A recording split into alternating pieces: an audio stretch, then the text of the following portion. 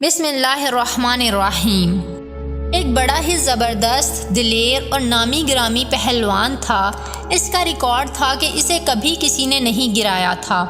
یہ پہلوان اعظم نام کے ایک جنگل میں رہتا تھا جہاں یہ بکریاں چراتا تھا اور بڑا ہی مالدار تھا۔ ایک دن رسول اللہ صلی اللہ علیہ وآلہ وسلم اکیلے اس کی طرف جا نکلے۔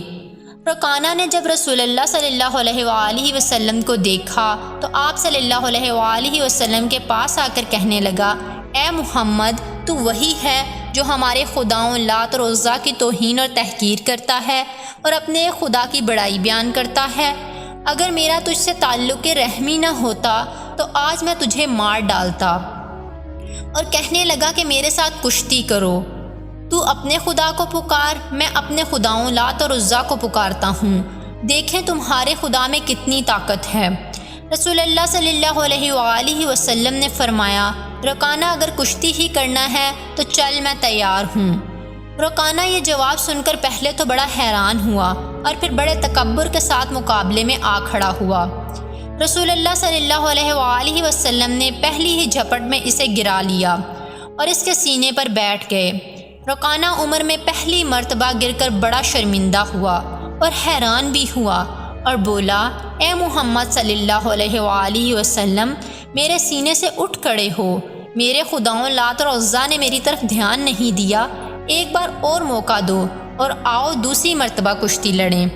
رسول اللہ صلی اللہ علیہ وآلہ وسلم رکانہ کے سینے پر سے اٹھ گئے اور دوبارہ کشتی کے لیے رکانہ پہلوان بھی اٹھا۔ رسول اللہ صلی اللہ علیہ وآلہ وسلم نے دوسری مرتبہ بھی رکانہ کو پل بھر میں گرا لیا۔ رکانہ نے کہا، اے محمد صلی اللہ علیہ وآلہ وسلم، معلوم ہوتا ہے آج میرے خدا مجھ سے ناراض ہیں اور تمہارا خدا تمہاری مدد کر رہا ہے۔ خیر، ایک مرتبہ اور آؤ، اس مرتبہ میرے خدا لات اور عزیٰ میری مدد ضرور کریں گے۔ رسول اللہ صلی اللہ علیہ وآلہ وسلم نے تیسرے مرتبہ بھی کشتی کے لیے منظور کر لی اور تیسری مرتبہ بھی اسے پچھاڑ دیا۔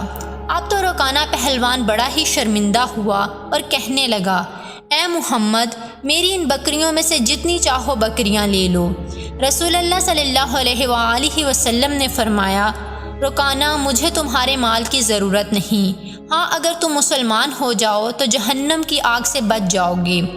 رکانہ نے جواب دیا، اے محمد صلی اللہ علیہ وآلہ وسلم، میں مسلمان تو ہو جاؤں مگر میرا نفس جھجکتا ہے کہ مدینہ اور گرد و نواح کے لوگ کیا کہیں گے کہ اتنے بڑے پہلوان نے شکست کھائی اور مسلمان ہو گیا۔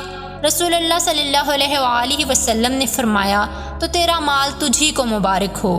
یہ کہہ کر رسول اللہ صلی اللہ علیہ وآلہ وسلم واپس تشریف لے آئے۔